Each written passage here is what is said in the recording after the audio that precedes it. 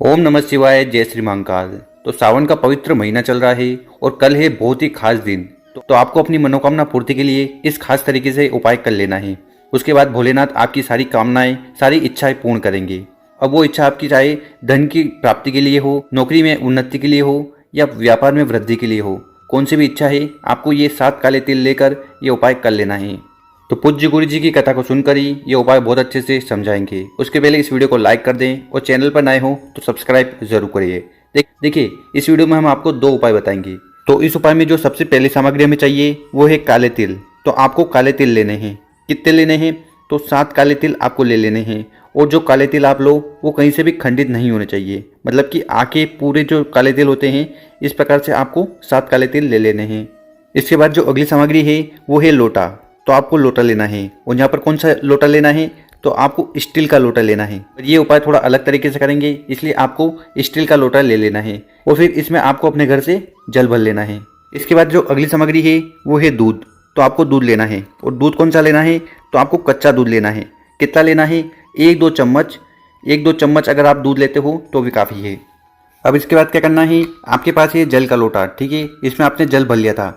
इसके साथ क्या करिएगा कि जो 7 काले तिल हमने बताए हैं उनको आपको उठाना है और इस जल के पात्र में डाल देना है, ठीक है। इसके साथ जो 1-2 चम्मच आपने दूध लिया है उसको भी आपको इस जल के पात्र में डाल देना है, ठीक है। तो तीनों सामग्री इस जल के पात्र में ले लीजिएगा। इसके बाद इसको उठाकर जाना है आपको पीपल के पेड़ के नीचे। तो आपके घर के आसपास जहाँ पर भी पीपल का पेड़ हो, ठीक है, तो उसके नीचे आपको चले जाना। और आप सुबह भी जा सकते हो और अगर आपको समय मिले तो शाम को भी जा सकते हो, पर शाम को 7 बजे पहले आपको पीपल के पेड़ के नीचे जाकर ये उपाय कर लेना है। इसके बाद क्या करिएगा कि जो जल का लोटा जिसमें आपने दूध और 7 काले तिल मिलाए थे उसको आपको उठाना है और उसको आपको समर्पित करना है पीपल की जड़ में, ठीक है। और समर्पित करते समय आपको श्री शिवाय नमस्तुभ्यम का स्मरण कर लेना है। और यहाँ पर आपको ये पूरा जल समर्पित नहीं करना है, यहाँ पर आपको आधा जल समर्पित करना है, ठीक है। आधा जल समर्पित कर दीजिएगा। और आपके मन में जो भी कामना है जो बहुत दिनों से पूर्ण नहीं हो रही है और आप चाहते हो कि भगवान शंकर उसे पूर्ण करे, तो आपको वो कामना वहाँ पर कर लेनी है। और इसके बाद जो आधा जल का लोटा है उसको लेकर आपको पहुँच जाना है शिव मंदिर, ठीक है। शिव मंदिर पहुँच जाइएगा और शिव मंदिर में जाने के बाद क्या करिएगा, उस लोटे को उठाना है और उसको आपको धीरे धीरे समर्पित कर देना है शिवलिंग के ऊपर। तो इस प्रकार से उस जल को आपको समर्पित कर देना है श्री शिवाय नमस्तुभ्यम का स्मरण करते हुए। और यहाँ पर जल को आपको बहुत ही स्लो समर्पित करना है। और इसके साथ आपको 11 बार श्री शिवाय नमस्तुभ्यम का स्मरण भी कर लेना है। और आपकी जो भी कामना है, जो भी इच्छा है, जो आप चाहते हो कि भगवान शंकर उसे परिपूर्ण करें, अब वो कामना चाहे आपकी नौकरी से लेकर हो, आपकी पढ़ाई से लेकर हो या आपके बिजनेस या व्यापार से लेकर हो, तो कैसी भी कामना है उसको पूर्ण करने के लिए आपको ये उपाय कर लेना है। आपकी वो कामना बहुत जल्द पूर्ण होगी। अब बात कर लेते हैं गुरु जी द्वारा बताया गया दूसरा उपाय। ये उपाय हमें क्यों करना है? अगर आपके घर में छोटी छोटी बातों पर लड़ाई झगड़ा होता रहता है, मतलब कि घर में क्लेश रहता है, या अगर आपके घर में कोई ऐसा व्यक्ति है जो बहुत दिनों से बीमार पड़ रहा है या बार बार बीमार पड़ता रहता है, उसके ऊपर औषधि दवाई गोलियों का भी असर नहीं है, तो ऐसे में आपको ये उपाय करना चाहिए। तो इस उपाय में जो सबसे पहले सामग्री है वो है इत्र।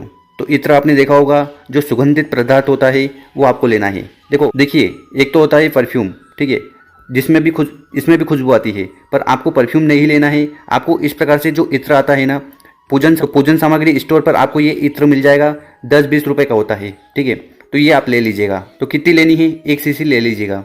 इसके बाद जो अगली सामग्री है वो है बेलपत्र। तो आपको लेना है बेलपत्र। और जो बेलपत्र आप लो वो कहीं से भी खंडित नहीं होना चाहिए, क्योंकि खंडित चीज़ शिवलिंग पर नहीं चढ़ाई जाती।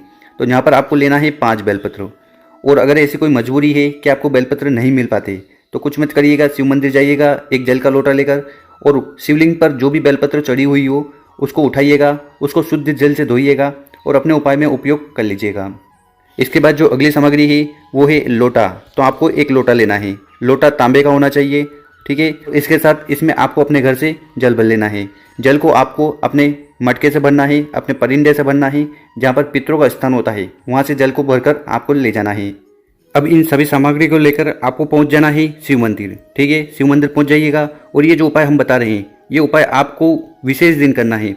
कोई भी विशेष दिन आए उस दिन आप कर लीजिएगा। ये उपाय आप सुबह भी कर सकते हो और समय मिले तो शाम को भी कर सकते हो। तो समय की कोई भी पाबंदी नहीं है। और शिव मंदिर में जाकर सबसे पहले आपको उत्तर दिशा की तरफ नॉर्थ डायरेक्शन में मुंह कर खड़े हो जाना है, ठीक है। इसके बाद हमारे पास क्या क्या सामग्री है? हमारे पास है 5 बेलपत्र, ठीक है। इस तरह से 5 बेलपत्र हैं और एक है इत्र की डिब्बी, ठीक है। तो इन्हीं सब से हमें उपाय करना है।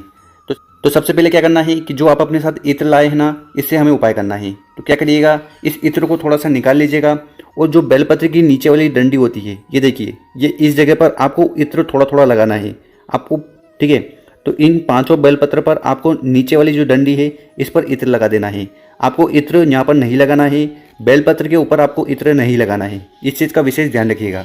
मात्र आपको जो नीचे की डंडी है इस जगह पर इत्र लगा देना है और इसके बाद इन 5 इत्र वाली बेलपत्र को आपको समर्पित करना है शिवलिंग के ऊपर। देखिए, ये बेलपत्र आप समर्पित करो तो उसका एक विशेष तरीका है, उस विशेष तरीके से आपको ये बेलपत्र समर्पित करना है शिवलिंग के ऊपर। और साथ ही साथ आपको नाम लेना है। तो अगर आप वो नाम नहीं लेते हो तो आपकी ये जो कामना है वो पूर्ण नहीं होगी। तो ये नाम आपको नोट कर लेना है, लिख कर रखना है और एक एक बेलपत्र समर्पित करते समय आपको लेना है। तो आपको सबसे पहले एक बेलपत्र उठाना है और उसको आपको शिवलिंग के ऊपर समर्पित कर देना है, ठीक। तो इस प्रकार से समर्पित कर दीजिएगा और इसकी जो डंडी होगी वो अशोक सुंदरी वाली स्थान की तरफ होगी और जो बड़ी पत्ती होगी वो आपकी तरफ होगी। और जब आप पहली बेलपत्र समर्पित करो तो उस समय आपको एक नाम लेना है, वो नाम है भोले शंकर। तो भोले शंकर का नाम स्मरण करते हुए आपको इस प्रकार से पहली बेलपत्र समर्पित कर देनी है महादेव जी की शिवलिंग के ऊपर। इसके बाद आपको दूसरी बेलपत्र उठानी है और उसको भी आपको शिवलिंग के ऊपर समर्पित कर देनी है। और यहाँ पर समर्पित करते समय आपको नाम लेना है, वो नाम लेना है भगवान गणेश का। तो भगवान गणेश जी का नाम लेकर आपको ये दूसरी बेलपत्र समर्पित कर देनी है। इसके बाद जो तीसरी बेलपत्र है उसको उठाना है और उसको भी आपको शिवलिंग के ऊपर समर्पित कर देना है। और तीसरी बेलपत्र समर्पित करते समय आपको नाम लेना है भगवान सूर्य का, ठीक है। तो अभी तक हमने 3 बेलपत्र समर्पित कर दी है 3 अलग नाम को लेकर। और इसके बाद आपको चौथी बेलपत्र उठानी है और उसको भी शिवलिंग के ऊपर समर्पित कर देनी है। और यहाँ पर समर्पित करते समय आपको भगवान विष्णु का नाम लेना है। और इसके बाद आपके पास बची है 5वीं और आखिरी बेलपत्र। तो इसको आपको उठाना है और इसको भी आपको समर्पित कर देना है शिवलिंग के ऊपर। और शिवलिंग पर समर्पित करते समय आपको नाम लेना है माँ दुर्गा का। तो माँ दुर्गा भवानी जो है उनका नाम लेकर आपको ये 5वीं बेलपत्र शिवलिंग के ऊपर समर्पित कर देनी है। तो इस प्रकार से आपको 5 बेलपत्र लेनी है, 5 अलग अलग नाम लेकर उनको शिवलिंग के ऊपर समर्पित कर देनी है। और यहाँ पर हम बता दें कि 5 बेलपत्र की जो डंडी की साइड होगी वो जलाधारी की तरफ होगी और जो पत्ती की साइड होगी वो आपकी तरफ होगी। तो यहाँ पर जो हम 5 बेलपत्र समर्पित कर रहे हैं वो पंच देवता के लिए कर रहे हैं। इसको हम शिव पंचायत भी बोलते हैं। आपने शिव पंचायत देखी होगी। तो शिव पंचायत में 5 देवता होते हैं। तो उन्हीं 5 देवताओं के नाम लेकर आपने शिवलिंग के ऊपर ये बेलपत्र समर्पित की है। तो गुरुजी का कहना है कि कोई व्यक्ति अगर विशेष दिन इस उपाय को कर लेता है तो उसके घर में कभी लड़ाई नहीं होता, क्लेश नहीं होता और हरदम शांति रहती है। और इसके साथ जो नेगेटिविटी होती है घर में वो भी खत्म होती है। तो कर देखिएगा, बहुत ही आसान सा उपाय है।